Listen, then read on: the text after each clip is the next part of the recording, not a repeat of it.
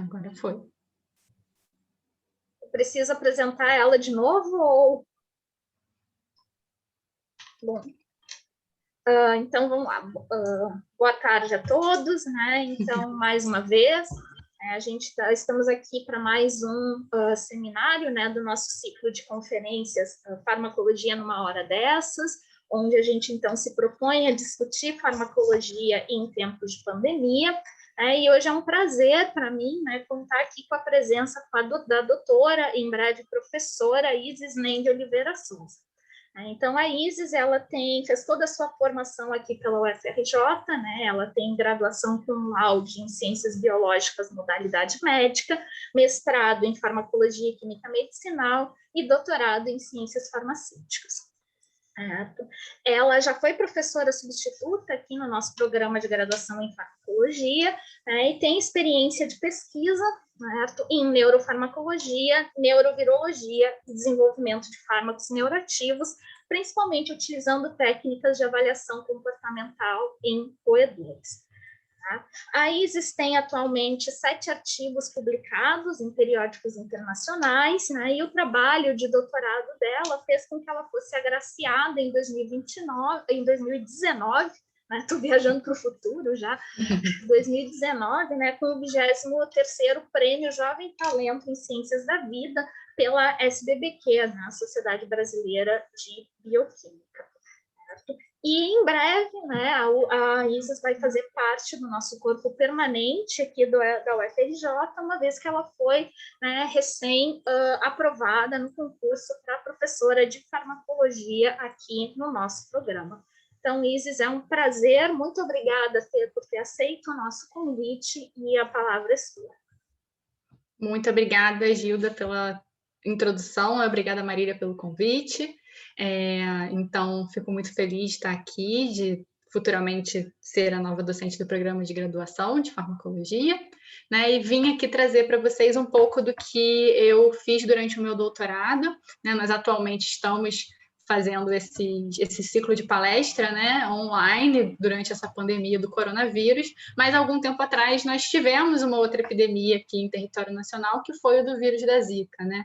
Então, o meu título é esse, né? Por onde anda o vírus da Zika, né? E conversar um pouquinho sobre consequências de longo prazo dessa pandemia, né, dessa epidemia, no caso, e principalmente com foco nessas consequências neurológicas, que é a minha área de atuação. Também alvos terapêuticos possíveis, né, de serem buscados dentro desse contexto.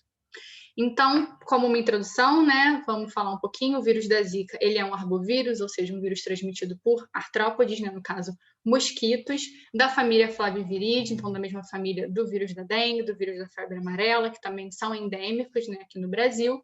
E ele tem esse nome por ter sido identificado na floresta de Zika, em Uganda, né, em 1952. Então, após essa identificação, né, no continente africano, também foi observado, né, cepas do vírus da Zika no Sudeste Asiático, né, posteriormente em ilhas do Pacífico Sul, até a sua introdução no continente americano, acredita-se que através do Brasil, né, e que rapidamente se espalhou para outros países também do continente. Né? Então, todo mundo deve se lembrar muito bem, né, da epidemia do vírus da Zika que nós tivemos entre 2015 e 2016. Né? Foi considerada pela Organização Mundial da Saúde como uma emergência de saúde pública de interesse internacional. A gente pode ver aqui que a grande maioria dos países, né, do continente americano tiveram uma transmissão local do vírus da Zika. O Brasil, né, com um número de casos bastante elevado em comparação a muitos dos outros países. Então, no continente, a gente tem, né, confirmado, durante essa pandemia, durante essa epidemia, 730 mil casos, né? Mas lembrando que o vírus da Zika, ele é um vírus que tem muito caso assintomático, né? Então, que também acredita-se que o número de casos tenha sido muito maior, só não foi identificado.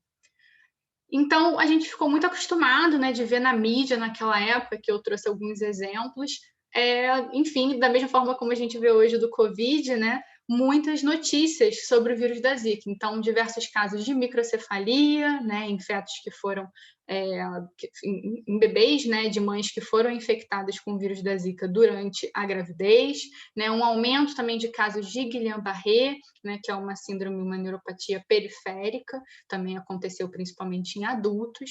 Então, nós tivemos uma discussão muito grande durante esse período, né, um problema de saúde pública muito sério e que foi realmente um peso muito grande para o nosso sistema de saúde na época, né? Porém, o tempo foi passando, a gente vê aqui já em 2017 os casos de Zika caíram cerca de 92%, né? Como eu disse lá atrás, nós temos uma quantidade muito grande de casos assintomáticos e felizmente o vírus da Zika ele não ele não causa mortalidade, né? Então o que aconteceu foi a tão sonhada, o que acredita-se, né, que aconteceu foi a tão sonhada imunidade de rebanho, né? E com isso a gente tem esse grande número, né, de pessoas que já estão imunizadas para esse vírus, a circulação cai, o número de infecções cai, e com isso todas essas consequências negativas também, né?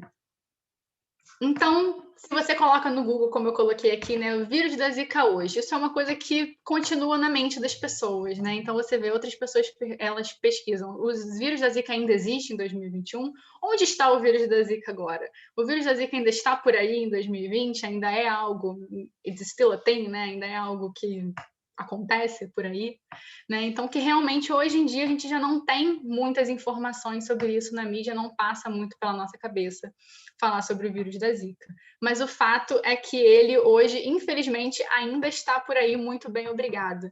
Então, alguns dados bem recentes, né, desse ano mostraram que existem cepas africanas que têm uma transmissibilidade mais alta, têm uma patogenicidade fetal também aumentada em comparação com essas cepas asiáticas, que como eu mostrei lá atrás naquele mapinha, né, foram locais em que essas cepas elas se dividiram assim, né, em termos genotípicos, né, e que as cepas asiáticas elas são as mais próximas das cepas que nós temos aqui em território nacional, mas infelizmente essa pesquisa da Fiocruz mostrou que essas linhagens africanas mais recentes elas já estão presentes no Brasil. Então, algumas avaliações artigos de opinião mais recentes mostram que existe sim uma possibilidade de um risco, né, de uma nova epidemia por conta dessa emergência de cepas africanas aqui em território nacional. Então, assim, né, nós temos já algo muito semelhante, né, com o vírus da dengue, ele tem 4 sorotipos e quando a imunidade ela começa a baixar e há uma reintrodução de um outro sorotipo, existe uma nova epidemia, né, e é isso que também se esperava que acontecesse com o vírus da Zika, não se sabia ainda muito bem por quanto tempo essa imunidade ela ficaria ativa, né, e o quanto que essa imunidade ela conseguiria ser benéfica para outras cepas, caso elas sejam introduzidas. Mas o fato é que a gente já tem agora dados muito recentes, como eu estou mostrando aqui, né, que essas cepas africanas, que são bem distantes das cepas que nós tínhamos contato aqui no Brasil, já estão sendo introduzidas e esse risco de uma nova epidemia é bastante provável, né, nos próximos anos. E aí a gente tem que falar também um pouquinho sobre o que o vírus da Zika causa, né? Então eu comentei lá atrás que mortalidade é algo que geralmente não está associado com o vírus, que existe muita gente que tem uma infecção assintomática, mas que complicações a gente vê? Então, falando aqui especificamente de mulheres grávidas, né? Então a infecção no feto, né? O vírus ele consegue ser transmitido pela placenta.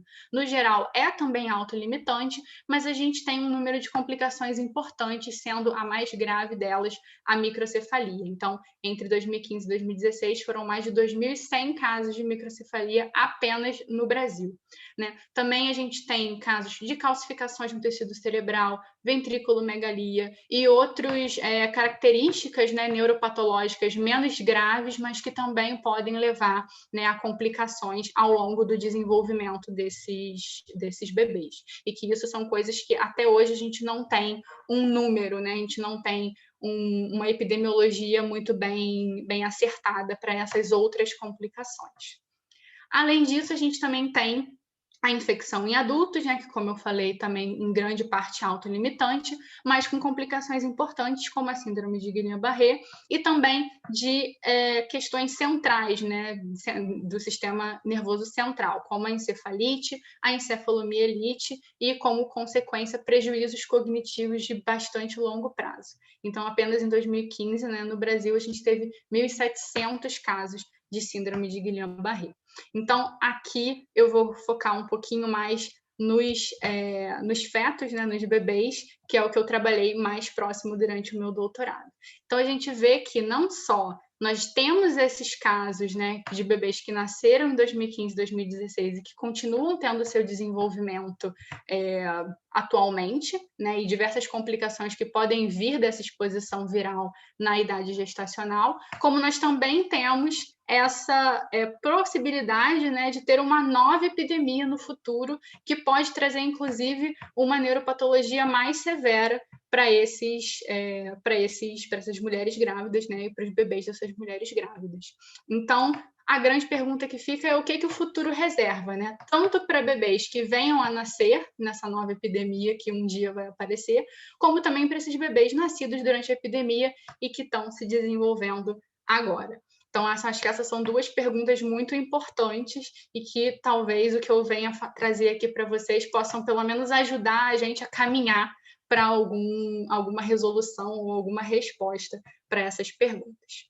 Então, a primeira pergunta, e acho que a pergunta principal aqui que eu quero mostrar para vocês, né, é quais são as consequências de longo prazo que a gente pode esperar, né, para esses bebês. Então, para isso, eu trabalhei com modelos animais, né, modelos murinos.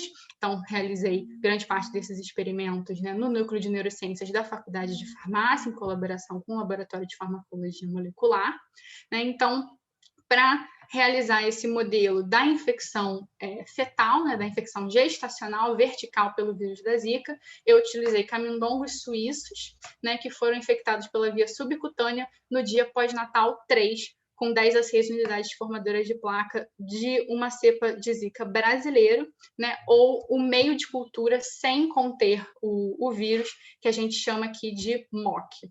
Né? Essa infecção neonatal, né, esse momento do neurodesenvolvimento murino neonatal, se aproxima muito do que a gente vê no terceiro trimestre de gravidez em seres humanos. Então, foi um dos motivos pelos quais a gente decidiu fazer esse modelo de uma infecção mais direta e não de uma infecção vertical, de fato, né, em camundongas grávidas. Né? E para um modelo de adultos, nós realizamos uma infecção direta, né, também em camundongos suíços, através da técnica de injeção intracérebro ventricular. Esse modelo, como eu falei, infelizmente eu não vou ter muito tempo para comentar sobre ele, mas eu espero que a gente possa falar um pouquinho mais em um seminário futuro. Então, eu vou me focar mais no modelo de infecção neonatal. Então, a primeira pergunta que a gente teve foi se essa infecção periférica ela poderia chegar no tecido, né, no sistema nervoso central e se replicar nesse tecido cerebral. E a resposta que a gente teve é que sim. Então, ao longo dos dias pós-infecção, né, nós coletamos o cérebro total desses animais e fizemos, né, um PCR para o material genético do vírus da Zika, que é o RNA. Então, em 3 dias pós-infecção, a gente já conseguia ter uma quantidade bastante importante, né, de material genético do vírus nessas amostras de cérebro total. A gente teve um aumento nesse número, né, que é compatível com uma replicação local e um pico, né, de replicação aqui em 12 dias pós-infecção.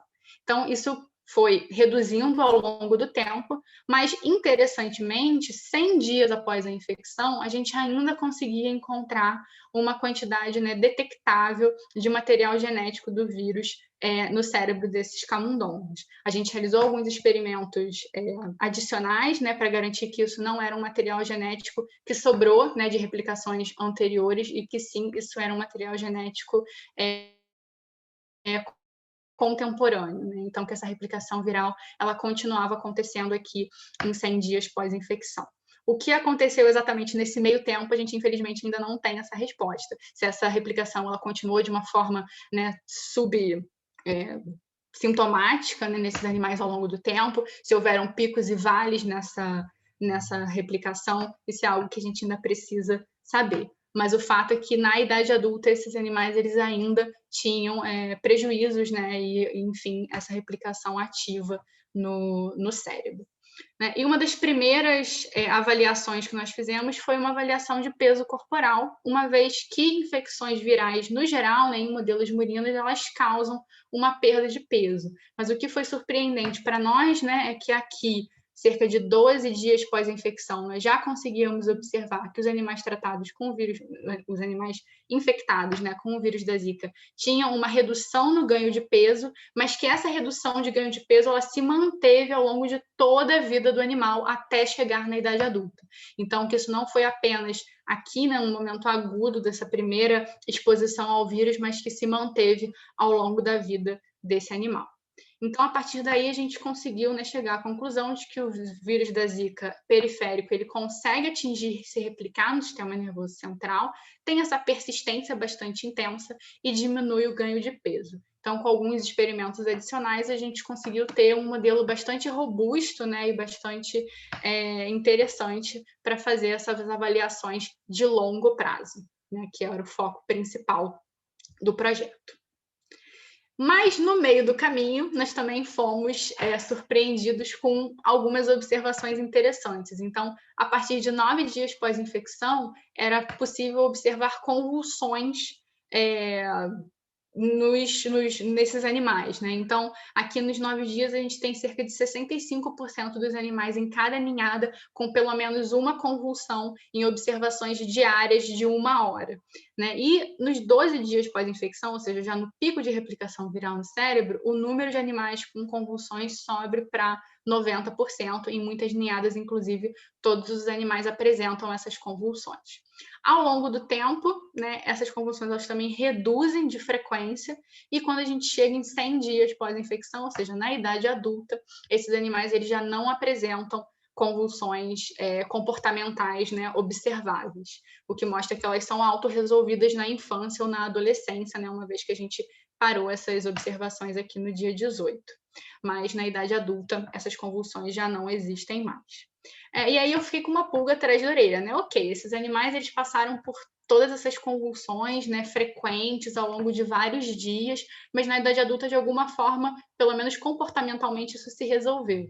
Será que se eu der um estímulo pró-convulsivante para esses animais, eles vão reagir da mesma forma que animais controle? Ou será que existe algum tipo de mudança, né, nesses circuitos cerebrais desses animais que podem estar prejudicados até então? E aí foi exatamente isso que a gente fez. A gente fez uma injeção periférica com pentileno tetrazol, né, um antagonista do receptor GABA-A, que sabidamente tem um efeito pró-convulsivante na dose utilizada. E o que nós vimos aqui, eu vou sempre mostrar os dados obtidos em animais machos, né, mas nós realizamos esses experimentos tanto em machos como em fêmeas, então e nós obtivemos respostas semelhantes. A gente viu que os animais infectados com o vírus da Zika, eles têm uma menor latência para a primeira convulsão em comparação aos animais MOC, ou seja, eles têm uma primeira convulsão mais rápida, né, do que os animais controle, e eles também têm um número total de convulsões em observações de 20 minutos maior em comparação aos animais MOC. Então, não só o Zika gera essas crises convulsivas autorresolvidas na infância, como ele também aumenta a sensibilidade ao pentileno tetrazol na idade adulta. Ou seja, o balanço excitatório inibitório no cérebro desses animais ele continua alterado mesmo, né, depois de um longo período de tempo, mesmo depois de atingida a idade adulta madura. E aí, na idade adulta, nós também podemos observar outros prejuízos em diversos campos, né, de funções, enfim, nesses animais. Então, o primeiro deles, a primeira das avaliações que nós fizemos foi de coordenação motora, utilizando o rota-rod. Então, os animais eles são colocados nesse aparelho, né, que tem um cilindro rotativo, e essa rotação ela vai sendo cada vez mais rápida até que o animal ele caia, né, não consiga mais se manter caminhando nesse cilindro e caia. Então, a gente vê aqui que os animais que foram infectados pelo vírus da Zika têm uma latência para a queda menor do que os animais que receberam o MOC, o que mostrou para a gente que o Zika ele altera a performance motora na idade adulta. Né? Eu não trouxe aqui para vocês, mas também nós realizamos outras avaliações motoras ao longo da vida desses animais. Então, isso significa que o Zika não só altera a performance motora na idade adulta, como também ao longo de todo o desenvolvimento, e isso não se resolve na idade adulta, né? Ao contrário do que a gente viu ali nas convulsões, que se resolvem, né, se autorresolvem na infância.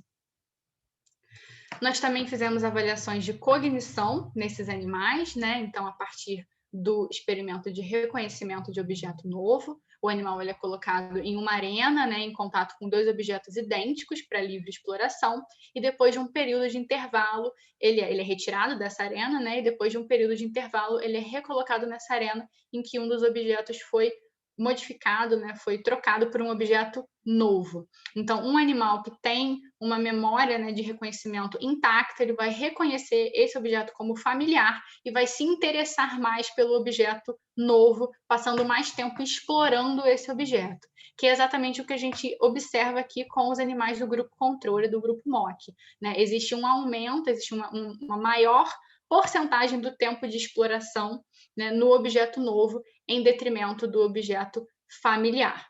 Já os animais que foram infectados pelo vírus da Zika, eles não apresentam diferença, né? Eles exploram esses dois objetos de forma muito semelhante, né? Que não tem diferença aqui do valor aleatório de 50%, o que indica para a gente que o Zika ele causa prejuízos cognitivos na idade adulta desses animais. Então, um prejuízo que foi observado, né, e que ainda causa problemas para esses animais na idade adulta. Nós também fizemos avaliações de sociabilidade, né, uma vez que camundongos, assim como seres humanos, são animais sociáveis, e para isso nós utilizamos o paradigma de aproximação social, em que esse animal ele é colocado em uma arena transparente, né, e tem a opção, né, de interagir com uma gaiola contendo um animal desconhecido para ele, né, com o qual ele nunca teve contato, ou uma gaiola vazia. Então, a partir do momento que esses animais são animais sociáveis, espera-se que eles prefiram passar mais tempo interagindo com um animal desconhecido. Né? E é exatamente o que nós vemos aqui com os animais controle. Existe uma maior porcentagem do tempo de exploração na gaiola contendo um animal desconhecido em comparação com a gaiola vazia. Né? Os animais que foram infectados com o vírus da Zika não tiveram uma diferença estatística dos 50%, o que poderia indicar para a gente que existe um prejuízo de sociabilidade nesses animais. Mas uma vez que esse perfil, né, parece muito semelhante, eu ainda gostaria de fazer alguns experimentos a mais antes de bater esse martelo, né, e dizer realmente que o Zika causa prejuízo de sociabilidade na idade adulta. Mas o fato é que a gente vê algumas modificações nesses animais, sim.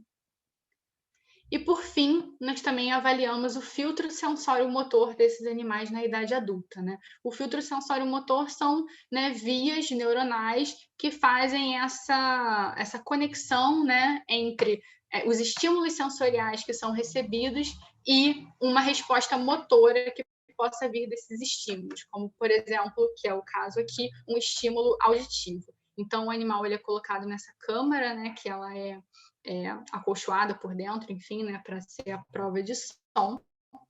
E a partir de um pulso sonoro de uma certa intensidade, a gente espera ter uma resposta de sobressalto nesse animal, que é algo que também é visto em seres humanos. Então, um pulso sonoro causa uma resposta motora, realmente. Né? Às vezes falam muito sobre susto, mas não existe um componente emocional nisso, é realmente um reflexo a partir desse estímulo sensorial de intensidade. Né? Porém, quando esse estímulo sonoro ele é precedido de um outro pulso de menor intensidade, que a gente chama de pré-pulso, o que a gente vê é uma redução nessa resposta de sobressalto em comparação com a resposta que a gente teria apenas com um pulso. É como se esse filtro ele fizesse realmente, né, de fato, filtrasse essa informação e gerasse uma resposta motora de menor intensidade. E é justamente essa diferença que nós chamamos de inibição por pré-pulso, né? Essa inibição por pré-pulso, ela geralmente está prejudicada, ela é menor em algumas doenças, como a esquizofrenia e também transtornos do espectro autista. Então, isso pode ser uma resposta bacana para a gente, caso a gente tenha suspeita de que esses animais, enfim, esses pacientes possam estar em risco de desenvolvimento dessas doenças. Então, num primeiro momento, a gente avalia apenas a amplitude de sobressalto, né, o quão grande é essa resposta de sobressalto em unidades arbitrárias, e o que a gente pode ver aqui é que, comparando os animais de controle com os animais infectados com Zika, a gente não vê uma diferença muito grande nessa amplitude entre eles. E a partir do momento que a gente avalia a inibição realmente por pré-pulso, né, a gente utiliza 3 intensidades de pré-pulso, 72 decibéis, 80 decibéis e 90 decibéis, a gente também vê que existe uma inibição crescente, né, dependendo dessa intensidade de pré-pulso, e que não existem diferenças significativas entre os grupos MOC e Zika. Então, isso mostra para a gente que o Zika não causa prejuízos de filtro sensório-motor na idade adulta desses animais.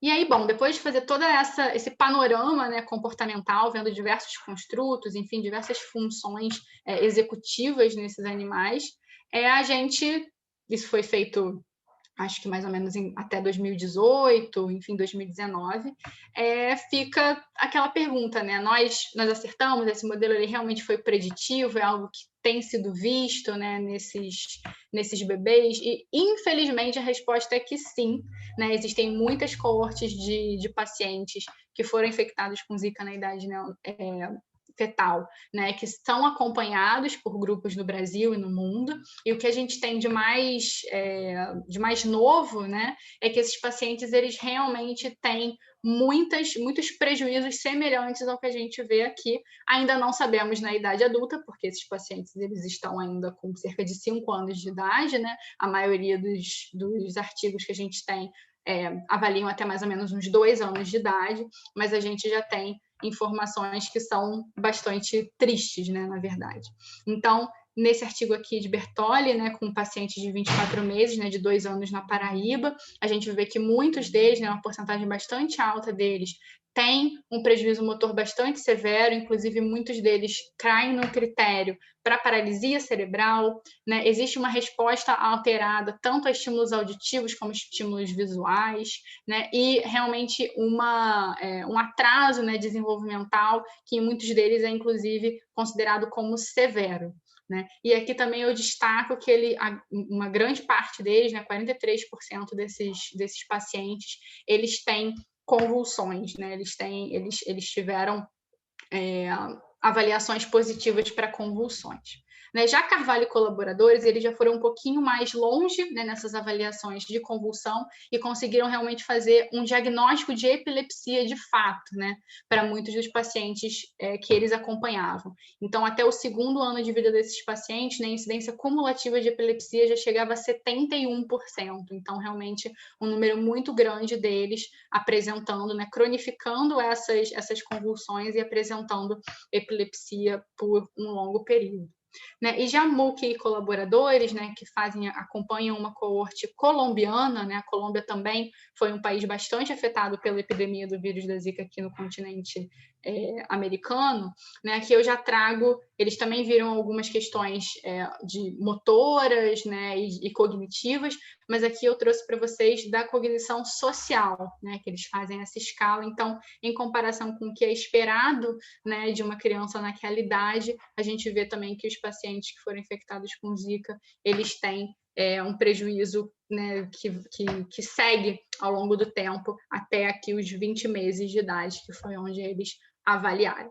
Então, isso mostra para a gente que o que nós vimos no nosso modelo, né, parece realmente está bastante acertado em termos de prejuízos de longo prazo, né, nessas funções executivas, e mostra para a gente que a busca por abordagens terapêuticas ela é muito urgente, né? A gente não só vai ter pacientes que têm algumas características neuropatológicas ali na idade gestacional, na idade fetal, mas que isso se prolonga, isso se mostra, né, como prejuízos de fato na função executiva deles e que vão ser prejuízos para a qualidade de vida tanto deles quanto dos seus cuidadores também, né? Então, dentro da nossa pesquisa, a gente também tentou, né, buscar algumas abordagens terapêuticas que pudessem ser interessantes, né? E eu trago aqui para vocês uma avaliação, né, também de QPCR, que foi feita no pico da infecção, e a gente pode ver aqui que, em comparação com os animais controle, os animais que foram infectados com Zika têm um aumento muito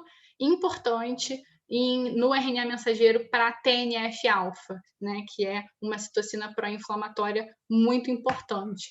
Então, a partir disso, nós tivemos essa estratégia, né, de usar o infliximab, que é um anticorpo monoclonal anti-TNF-alfa, com atividade pró-cognitiva, né, já demonstrada por alguns grupos, e que isso poderia ser interessante como uma estratégia para reduzir, né, tentar reduzir todas essas consequências negativas da infecção.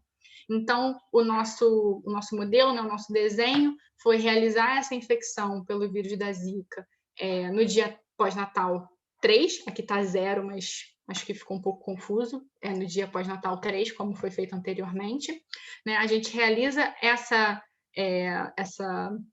esse tratamento, né, com infliximab intraperitoneal ou PBS até o dia 12 pós-infecção, que é o dia do pico de replicação, como vocês devem lembrar lá atrás. E uma vez que esses animais eles chegam na idade adulta, nós realizamos novamente os mesmos experimentos que foram feitos anteriormente, né, para tentar, enfim, identificar uma melhoria nesse nosso modelo.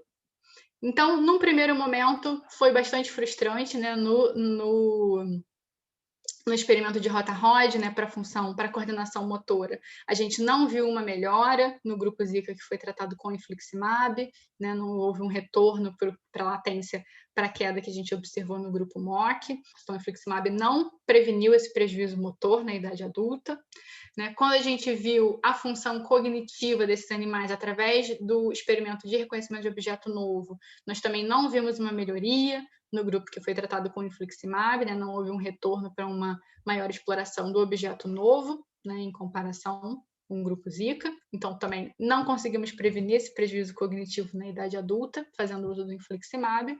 Mas nos 45 do segundo tempo, digamos assim, né, no último experimento, que foi a exposição ao pentilanotetrazol, né, um fármaco pró-convulsivante, nós vimos uma melhoria tanto em machos como em fêmeas, né? Então, a latência para a primeira convulsão do grupo tratado com infliximab retornou a níveis semelhantes do controle, né? E a gente também teve uma redução no número total de convulsões em observações de 20 minutos, também retornando para níveis muito semelhantes ao controle. Então, apesar de não ter conseguido reverter, né, ou prevenir aqueles prejuízos, né, executivos anteriores, o infliximab foi capaz de normalizar essa sensibilidade a PTZ na idade adulta que nós vimos com a infecção com o vírus da Zika. Então, mostrando que uma estratégia terapêutica que faça uso de algum lado anti-inflamatório pode não ser o que vai resolver todos os problemas, né, mas pode ser interessante como uma terapia, enfim, conjunta com outros fármacos. Então, trazendo um pouquinho aqui também para vocês essas perspectivas, né? Então, isso aqui é uma tabela um pouquinho modificada, não botei tudo, que a gente montou em 2019, né? Com alguns candidatos a fármacos para o manejo do vírus da Zika. Então, esses candidatos a fármacos, em sua grande maioria, eles são propostas através de projetos de reposicionamento, né, de fármacos. Então, muitos deles, aqui a gente tem também o infliximab, né, que vem de uma estratégia, um pensamento anti-inflamatório, né, a gente tem muitos antivirais mesmo, né, como o sofosbuvir, inclusive proposto por um grupo brasileiro aqui da UFRJ, né, outros também, o favipiravir, né, alguns que ainda não são em uso não estão ainda em uso clínico, mas muitos deles foram propostos e foi mostrado uma atividade bacana, assim, né, de redução da carga viral e tudo.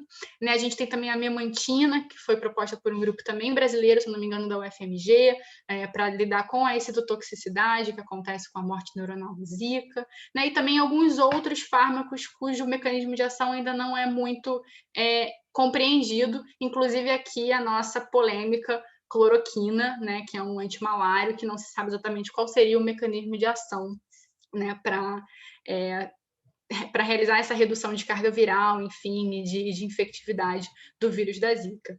Então, é até muito engraçado pensar que quando eu fui fazer a minha qualificação, né, um dos membros da banca me perguntou, Isis, mas de todos esses fármacos que você mostrou aqui, se você tivesse que apostar em algum, em qual que você apostaria, né? E um dos fármacos que, de fato, né, nas avaliações em vivo, aqui saiu errado, né? Não é in vitro, aqui são os in vitro, aqui são os in vivo. Que saiu, que parecia ter realmente uma atividade muito interessante nas avaliações em vivo, em modelos murinos, era justamente a cloroquina. Né? E a cloroquina é muito utilizada em mulheres grávidas, inclusive, tem um perfil de segurança muito bacana e tal. Então, eu fui, assim, na maior, falando, não, eu acho que deve ser a cloroquina. E agora, né, eu acho que é uma coisa até que a gente tem medo de falar, ela virou meio persona não grata.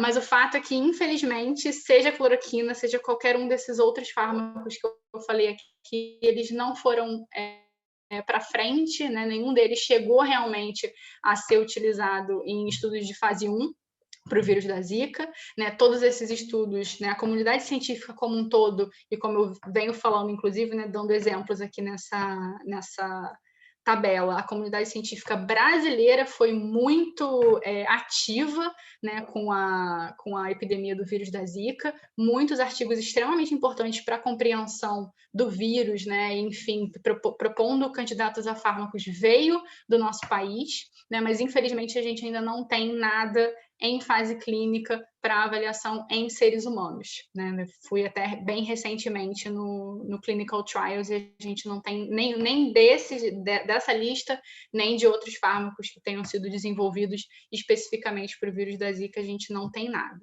Né? O que a gente tem hoje em dia, né, para terapêutica são 2 candidatos a soro, né, soro para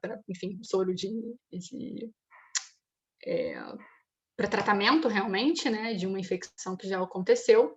E a gente tem muitos candidatos à vacina, então 5 plataformas diferentes, né, de vírus atenuado, de RNA, né, de todo de vírus inativado, tudo que a gente tem falado bastante sobre Covid, né, todas essas plataformas elas também estão sendo desenvolvidas, inclusive pelas mesmas empresas também, né, eu acho que a vacina da AstraZeneca para a Covid se chama Vaxzevria, então a da Zika era Zika-Zevria ou algo assim, né? Então todas essas empresas elas estão buscando esses candidatos, mas como a gente teve uma redução muito grande, né, no número de infecções, a gente teve realmente uma imunidade de rebanho, uma exposição muito grande da população a esse vírus, né? Está sendo muito difícil para as empresas conseguirem pacientes naivos, né, para fazer esse tipo de estudo. Então, há muito tempo atrás, houve até uma busca por pacientes que estivessem dispostos a se infectar voluntariamente, né, depois da aplicação da vacina, mas tudo já leva a debates éticos e, inclusive, né, de realmente buscar pessoas que estejam dispostas a fazer isso, que já fica muito mais difícil, né? Então, realmente uma situação muito diferente do que a gente teve com o Covid, né, que a partir de um investimento, né, maciço, investimento financeiro maciço, né, e um interesse muito grande das pessoas de participar, a gente conseguiu ter essas vacinas sendo desenvolvidas em tempo recorde.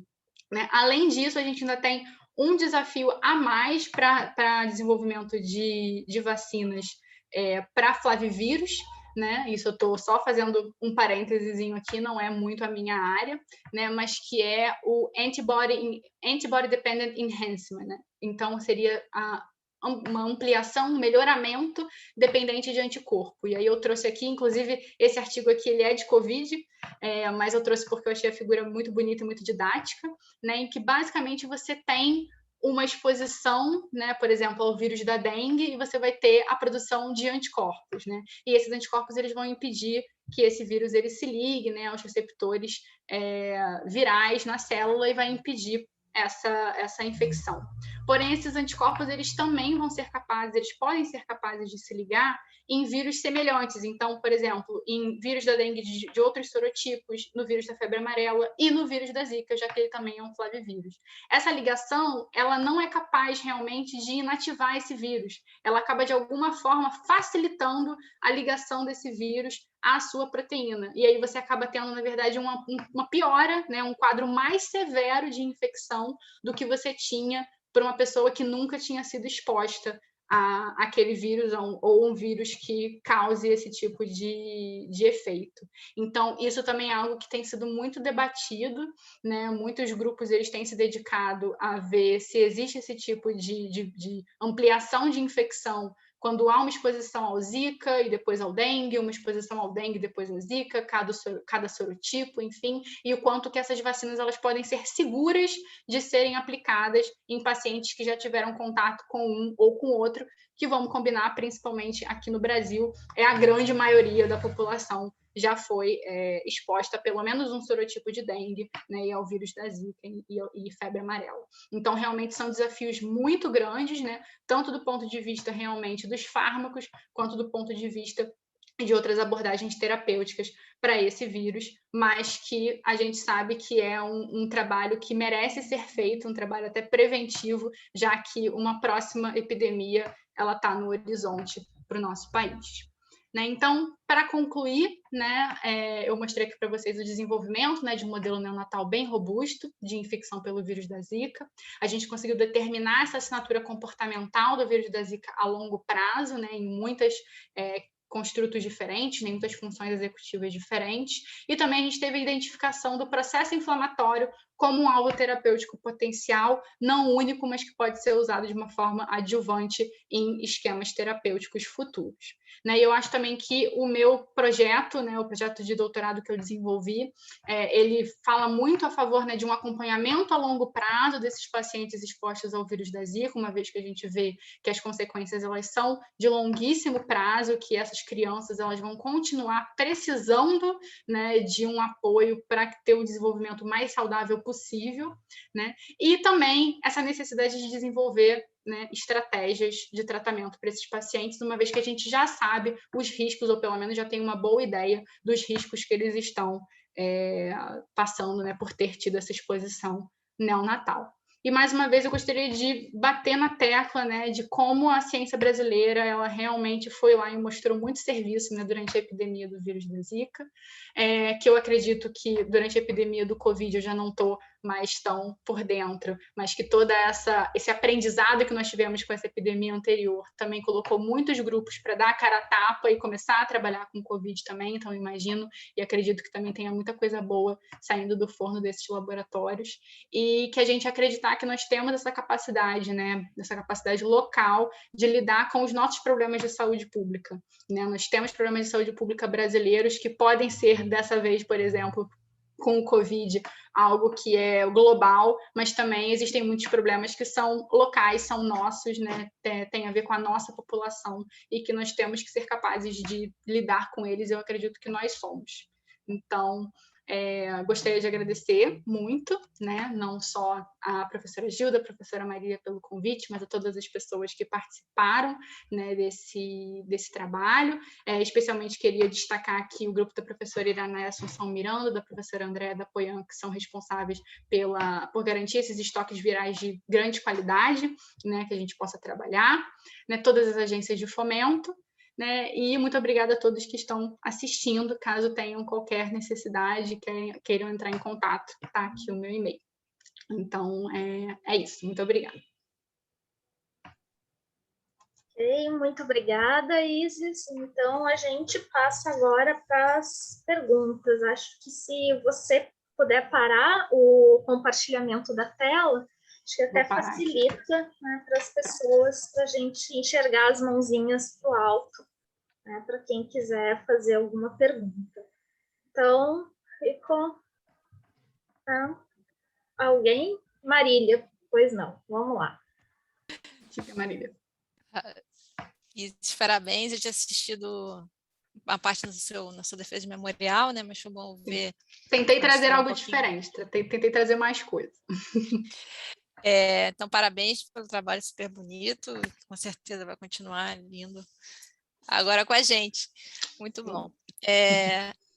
Eu queria te perguntar o seguinte, se vocês pensam em avaliar, né? Porque se a gente for tentar entender como é que esse mecanismo de epileptogênese, né, acontece, aí, normalmente ele vai ser ou é um desbalanço entre excitação e inibição, né? Ou você tem uma redução dos circuitos inibitórios, você tem um aumento dos circuitos excitatórios, né? Acho mais ou menos isso. E aí, se vocês conseguem mapear nesses cérebrozinhos marcadores, sei lá, glutamatérgicos e GABAérgicos, e ver se há uma perda, se isso faz sentido, né, em termos de do que fazer para frente, se vocês já fizeram algo nesse sentido, para tentar entender qual é o mecanismo que gera essa epileptogênese. Claro que vai ter inflamação aí no meio, né? Inclusive, eu achei super interessante você falar do TNF, porque nossos experimentos com neurosferas, né, que são humanas, que são coisas super primáriazinhas, enfim, certamente relativas a um período, né, ainda embrionário de formação do tecido nervoso, né, correlacionando. Se tem uma coisa que a gente consegue medir robustamente, é justamente a liberação de TNF, com aí várias coisas que podem causar isso, inclusive a proteína do SARS-CoV pode fazer isso, né? A gente está fazendo isso agora. Mas também outros coisas de inflamação clássica, LPS, etc. Então, parece um tipo de resposta de um tecido nervoso em formação. Então, achei bem interessante. Mas eu misturei. Volta a minha primeira pergunta. Assim, eu particularmente, que foi o que eu coloquei também durante o concurso, e não menti, eu realmente tenho muito interesse nessa parte da epileptogênese do vírus da Zika. A grande questão, né, que eu também não trouxe aqui por questões de tempo, é que a quantidade de vírus que a gente usa, né, é muito grande e causa, assim, problemas, um estrago mesmo muito grande no tecido cerebral, sabe? A gente tem áreas de necrose em praticamente todas as estruturas, né? Então, assim, realmente a epileptogênese pode estar acontecendo ali em muitos lugares, muitas vias podem estar alteradas, enfim, é algo muito disseminado, assim. Inclusive, uma das coisas que eu também pensei muito é que às vezes os próprios focos necróticos podem ser focos epileptogênicos, né, nesses animais. Então, eu não sei se às vezes para realmente conseguir fazer algum tipo de estudo, enfim, com menos fatores de confusão, eu diria, que talvez a gente fazer uso de um modelo que também já foi desenvolvido, já foi avaliado, com um título viral menor, isso possa dar para a gente um modelo e um material que seja mais, como eu falei, com menos fatores de confusão realmente para avaliar, né? Porque um dos grandes problemas que eu tenho com todas essas conclusões que eu tiro o que está esses problemas na idade adulta estão sendo causadas pelo vírus ou estão sendo consequências da epileptogênese extremamente severa que eles tiveram durante a infância e todas essas alterações neuropatológicas de tecido realmente que a gente está vendo. É realmente o vírus que está replicando até agora e é essa infecção viral constante que causa isso? Ou é realmente uma consequência do que já aconteceu antes? E isso eu acho que é muito difícil nesse modelo que eu mostrei aqui da gente ver. A gente precisaria realmente de um modelo e que é o que a gente já estava desenvolvendo antes, que realmente você não tenha, por exemplo, mais replicação viral na idade adulta. Né? Você parou, teve aquela curvazinha ali de replicação viral na primeira infância, digamos assim, né? Na idade neonatal de fato, e depois você não tem mais nada. Eu acho que isso seria um modelo talvez mais interessante, e esse modelo a gente também viu que tem epileptogênese, né, mas que na idade adulta você já consegue tirar esse fator de confusão e estudar melhor. Então eu teria muita vontade de fazer algo nesse sentido, sim. O que a gente tem feito, que eu também não pude falar muito, até podia ter falado, né, não falei de besteira, toda essa questão do filtro sensório motor, que eu e a professora Gilda, a gente continua avaliando no modelo de adultos e a gente pretende também jogar alguma coisa para a praça num momento, né, o mais rápido possível, terminar e conseguir botar um pouco mais, que isso também é algo muito interessante, que outros grupos também já cantaram a pedra, né, de que o vírus da Zika pode gerar, né, um maior risco de desenvolvimento de esquizofrenia, de transtornos de espectro autista, mas nunca mostraram nada, nunca realmente tiveram os dados para enfim, para realmente substanciar essas perguntas, né? Então, isso que a gente também gostaria de, pelo menos, bater um martelo para sim ou não, né? Não ficar nessa coisa assim de pode, não pode. Mas é isso. Muito bom. Obrigada. Professor Milton. Isis, muito obrigado pela palestra, lindo o seu trabalho. Eu tenho duas perguntinhas, e uma, na verdade, você já abordou ali meio de passagem, que era essa, né? Como é que a gente conseguiria modelos adequados para abordar essa pergunta que é essencial, né? É sequela ou é a doença ativa ainda, né? Que você está vendo, talvez, não sei se no humano, lá no adulto, mas pelo menos nessas crianças que estão ali chegando aos 5 anos, né? Que estão mostrando o desenvolvimento. Então, talvez, você mostrou que o vírus persiste, pelo menos nesse modelo do camundongo. Alguém estudou a persistência do vírus? Não, alguém está acompanhando a persistência dos vírus nessas crianças que foram expostas lá cedo? Né? Essa é uma pergunta. E a outra forma de ver, quer dizer, se você já mostrou, por exemplo, pelo menos na epileptogênese, né? Na redução dos limiares, o infliximab lá na fase aguda funcionou, talvez podia testar ele também mais tarde, para ver se ajudaria a responder se aquilo é resultado de inflamação persistente, causada pelo vírus ou não, né? Ou se é só sequela mesmo de dano causado pela inflamação mais cedo. Né? Sim, depois eu faço a outra perguntinha. Até onde eu sei, fizeram um acompanhamento, todos os estudos que eu li, pelo menos, eles acompanharam por algum tempo essa persistência viral, mas ela não se manteve por um período tão longo. Então, assim, essas crianças que têm agora 24 meses, né, que completaram 2 anos de idade, não tem mais Zika indetectável em nenhum tecido, enfim, nem nada que é possível, né, avaliar nessas crianças. Né? Já em adultos, eu sei que existem, principalmente em homens, existe uma persistência muito grande no sêmen, assim, de muitos meses. Sei, tem alguns casos de 6 meses de persistência, que também é um tecido imunoprivilegiado ali, né? Mas que também existem alguns casos de você ter níveis indetectáveis, e depois eles voltam a ser detectáveis, indetectáveis e voltam a ser detectáveis. Então, acho que agora, né, das informações que a gente tem, essa persistência de longuíssimo prazo ainda não foi vista, né? Porque, enfim, na vida de um camundongo, 100 dias já é até a idade adulta, né? Então, a gente até agora não tem nada nesse sentido. Então, esse é realmente acho que a primeira pergunta que você fez, né? E aí, a segunda da questão desse teste do infliximab, eu acho que é super importante, até porque a gente tem que considerar que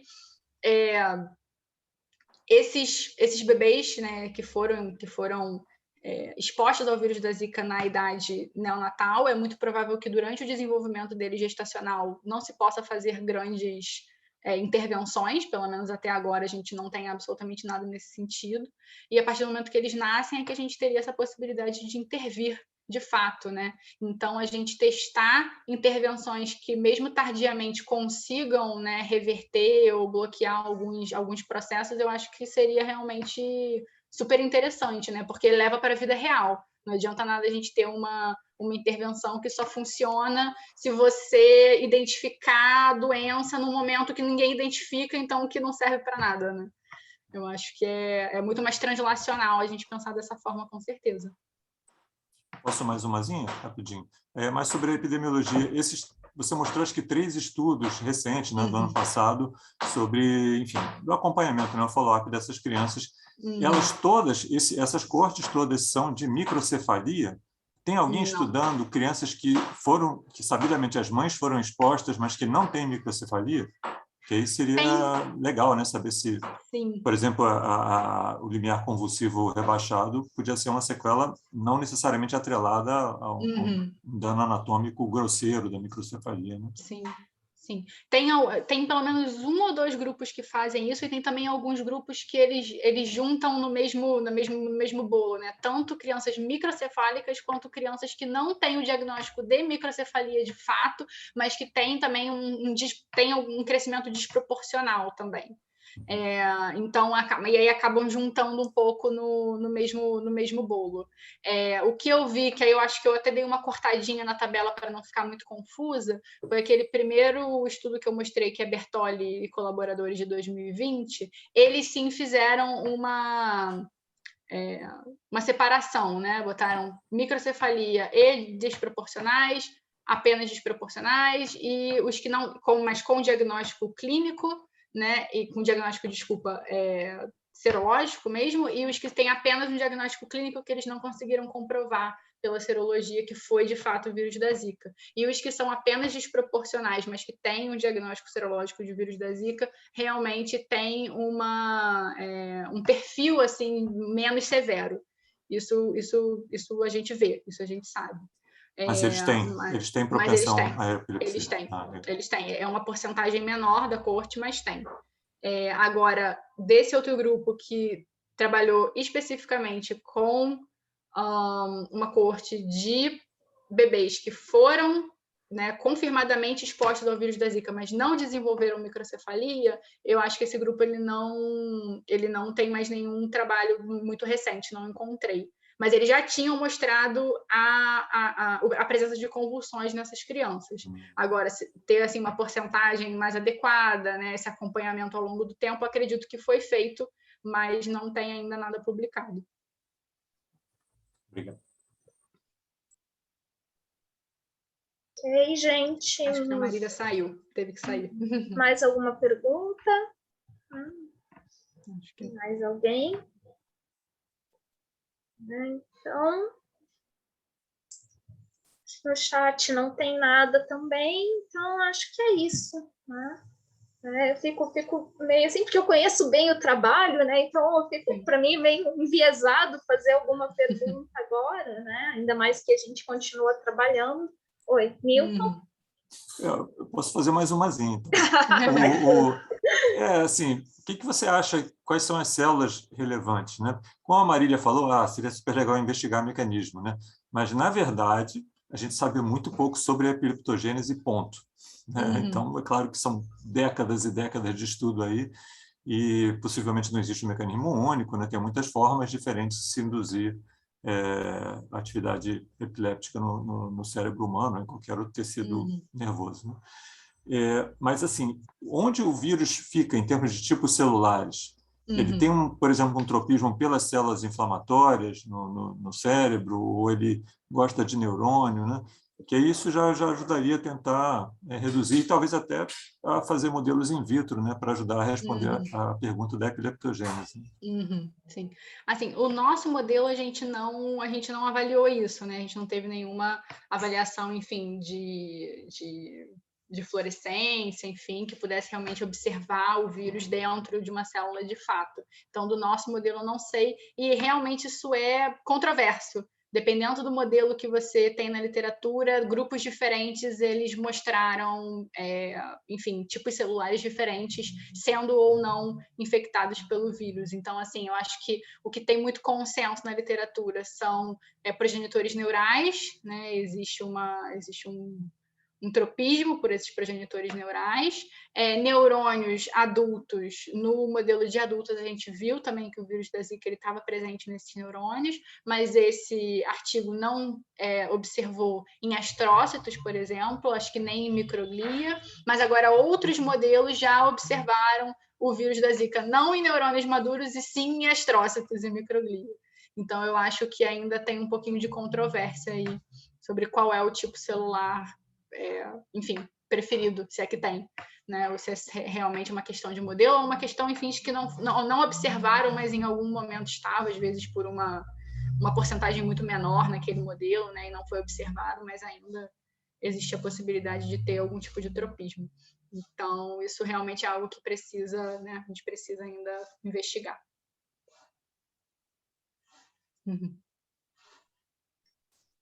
Certinho, então, gente, muito obrigada, Isis, muito obrigada pela presença de todos. Bom, já estou assumindo que não tem mais nenhuma pergunta, mais alguém? Então tá, gente, muito obrigada pela presença e a gente se vê, então, no próximo seminário da nossa série Farmacologia numa hora dessas. Tá? Muito obrigada. Estou encerrando a gravação aqui.